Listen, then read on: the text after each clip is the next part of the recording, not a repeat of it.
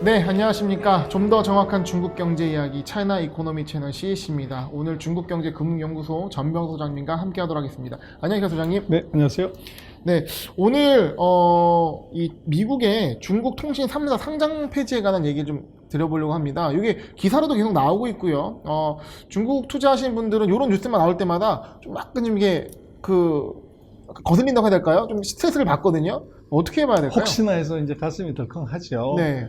그러나 결론부터 말씀을 드리면 그렇게 걱정할 사안은 아니다. 그렇게 네. 얘기를 드릴 수 있고, 첫 번째는 이것은 미 국방부의 블랙리스트라는 것들에 대한 이해가 먼저 필요합니다. 네. 그래서 미국 국방부가 국가 안전을 이유로 이제 중국의 인민해방군과 관련되는 기업, 그리고 인민해방군의 기술을 제공하거나 그럴 가능성이 있는 기업들을 이제 뽑아서 리스트를 만듭니다. 그게 이제 디펜스 리스트인데, 그게 작년 6월 달에 한번 만들었고 12월 달에 이제 두 번을 만들어서 35개 회사를 정했습니다. 네. 근데 거기에 보면 6월 달에 차이나 모바일, 차이나 유니콤, 차이나 텔레콤, 중국의 통신 3사가 들어가 있고 12월 달에 그 반도체 회사인 SMIC가 들어가 있었습니다. 네. 그래서 요게 이제 문제인데, 이거가 미 국방성의 이제 규정에 의해서 이것을 이제 정하게 되는데요.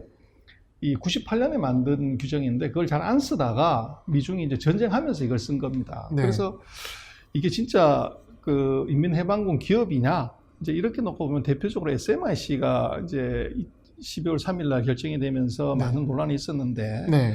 SMIC를 놓고 보면 이제 인민해방군 관련 기업이라고 하는 것은 오히려 이제 국가가 지분을 가진 기업을 거기다 이제 갖다 붙이는 거죠. 그래서 지금 SMIC 같은 경우는 국유기업 다탕전신하고 국가 반도체 펀드 그리고 칭화대학 요 세 개가 이제 지분을 17%, 16%, 7%에서 대략 한 40%를 갖고 있어요. 그래서 인민해방군이 지분을 갖고 있는 것은 아니고 국가가 또는 국가와 관련되는 기관이 40% 갖고 있는데, 요거를 이제 그거라고 본 거죠.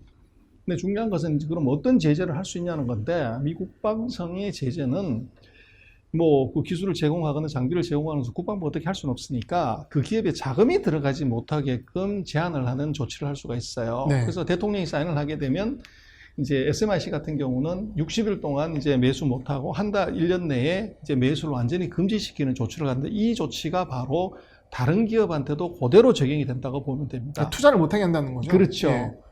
그래서 이제 그 제재는 보면 사실은 국방부 리스트는 그 정도 금융 차단 정도에서 그치는데, 문제는 이미 상장해가지고 기업들은 펀딩을 다 했기 때문에 네. 추가적으로 증자를 한다거나 이렇지 않다고 하면 그 제재가 별 의미가 없죠. 그래서 오히려 투자가들은 이제 투자를 못하게 되면 뭐 손실을 볼 수가 있는데, 그래서 또 하나는 이제 이렇게 되면 미국 투자가들이 투자를 할 수 없기 때문에 이것을 중요한 지수에서 다 뺀다. 네. 인덱스에서 뭐 투자를 못하니까. 이게 많은 것 같아요. 그렇죠. 지수에서 빼는 부분. 그래서 이제 그 지수에서 빼는 것이 이제 문제가 되는데, 문제는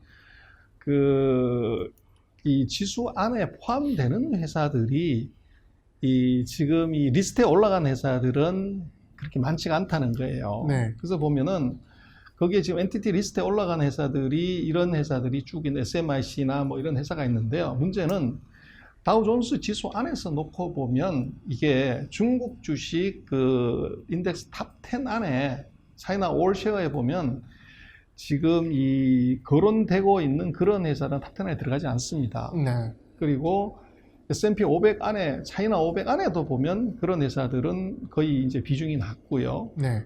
또 차이나 벤치마크 인덱스에도 뭐 별 해당사항이 없어요. 그러니까 지금 인덱스 안에 그 기업들이 차지하는 비중을 말씀하시는 거죠? 그렇습니다. 예. 그래서 그 자체가 큰 의미가 이제 없고, 그래서 오히려 이제 이번 조치 같은 경우는 결국은 이제 트럼프 대통령이 퇴임하면서 이제 일괄해서 그냥 사인을 해버리는, 네. 이제 그 때문에 나타난 현상이고, 또 이것은 이미 SMIC가 12월 3일 날 얘기했던 그 조치가 지금 그대로 그냥 시행이 다른 기업으로 전해지는 것이 새로운 것은 아니라는 거예요. 네.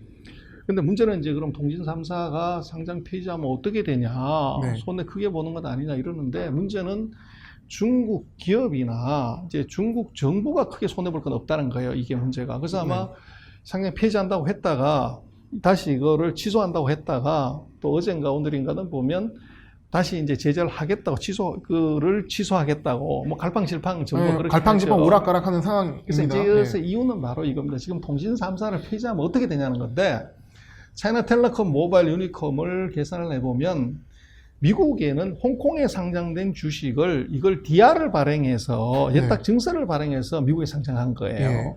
그래서 진짜 시총으로 보면 홍콩이 50%, 미국이 50% 정도 됩니다. 그래서 미국이 만약에 상장 폐지를 하게 되면 뭐 지금 주가가 보면은 연초 대비해서 거의 한 40% 정도 빠져 있어요. 근데 이거를 상장 폐지를 한다면 주가가 더 빠지겠죠. 근데 그렇게 되면 문제는 이미 이 회사들이 DR을 발행해서 미국에서 상장을 했을 때 이미 공모 자금을 다 받아가지고 중국 가져와 버린 거죠. 그래서 추가적으로 증자를 하지 않는다고 그러면 이 기업들은 뭐 미국에서 더 이상 돈 받을 일이 없어요. 그리고 그럼 그 주식을 누가 갖고 있냐면 미국에 상장을 했기 때문에 미국의 개인이나 기관들이 갖고 있는 거죠. 그래서 만약에 상장 폐지를 하게 되면 여기에 중국의 기관이나 개인들이 주가 하락을 그대로 감수를 해야 됩니다. 상장 폐지라는 손해를 미국인이 받는다는 말이죠. 그렇죠. 그러니까 이제 상장 폐지하려고 하다가 그 문제가 생기니까 취소하겠다고 이제 얘기를 했었고, 그러나 법 규정상으로는 이것은 이제 이 폐지를 할 수가 있으니까 다시 폐지를 하겠다. 이렇게 얘기하는데 그것은 이제 바이든이 들어서면 또 어떻게 될지 모르는 상황이고, 그래서 문제는 이 기업들이 SMIC가 좋은 사례인데 미국에서 자진 상장 폐지를 하고 중국에 와서 커추앙반에 상장을 해서 거의 9조 가까운 돈을 펀딩을 했죠. 그래서 그 돈 가지고 새로운 첨단 공장을 하나 더 짓습니다. 그래서 지금 통신 3사의 상장 폐지는 이것은 미국의 실익이 별로 없다. 그리고 상장 폐지가 된다고 하더라도 이 회사들이 다시 중국에 들어와서 이 재상장, 다시 이제 커추앙반이나 이제 시장에서 IPO를 하게 됐을 때 거기서 큰 자금이 모이면 이 자금을 새로 조달한 걸 갖고 5G에다 투자를 할 수가 있는 거죠.